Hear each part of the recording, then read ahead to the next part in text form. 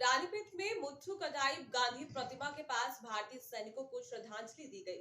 साल 2019 में पुलवामा आतंकवादियों द्वारा अपनी जान गंवाने वाले सीआरपीएफ सैनिकों को श्रद्धांजलि दी गई, जिसमें रानीपेट इंटीग्रेट आर्मी सोल्जर्स एवं स्पाउस सोल्जर्स वेलफेयर एसोसिएशन की ओर से सैनिकों ने मोमबत्तियां ली और फूल छिड़के।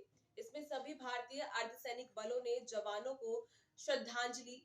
एसोसिएशन के अध्यक्ष बी स्टेनली, महासचिव जयारमन, उपाध्यक्ष वेंकटेशन और कई पूर्व सैनिकों और उनके जीवन साथियों ने उन्हें श्रद्धांजलि दी।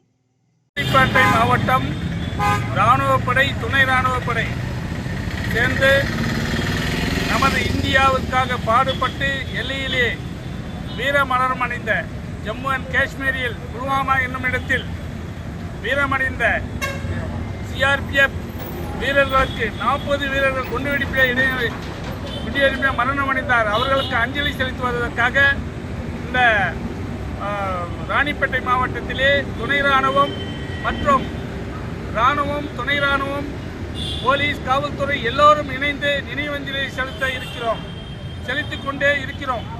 ஊர் மக்கள்கள், பொதுமக்கள் அனைவருமே இந்த நினைவஞ்சலியில் கலந்து கொள்ள கேட்டுக்கொள்கிறேன்.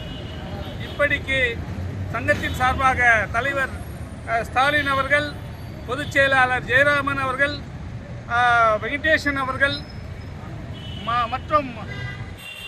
மற்றும் ஆனந்தன் அவர்கள், சீன்சிம் அவர்கள் மற்றும்